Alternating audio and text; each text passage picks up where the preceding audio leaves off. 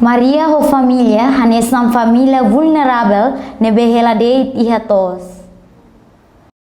Maria da Costa ho idade 58 noni kabeng narang Alberto da Costa Fernandes idade 58 na uang na durante besi tinan rua hela ihatos tambala iha uma familia ne hela doku se estrada iha aldeia Kotalala suku Lete Forro posto administrativo Same Villa município Manufahi. Maria hato idaneba jornalista Timor Post ihanya hela fating aldeia Kotalala manufahi domingo semana kotu. Familia vulnerável Maria da Costa hateteng umala iha tambal lain kabeng hetang moras mental kleur no latun saidet lahak mate kiha uma.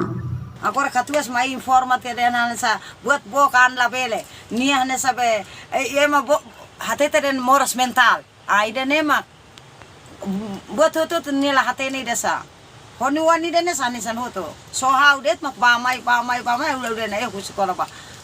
Familia vulnerável Maria da Costa hatutang até agora será ketan subsídio balaing nebe moras mental na autoridade local foti ona dados mai besidau iha resultado. Tomai mes to agora bulu mai kaltinan hira ona iha ne to agora me hen la mai ne si Familia dunik mak mai tau to fale dadau ko ne si Familia mak mai tau to agora mak kami hen iha nebe udan husikona bait ne si ina asai soren wato ha iha sa ne to agora sasai dala tolo dala hato na mak ne mes nunga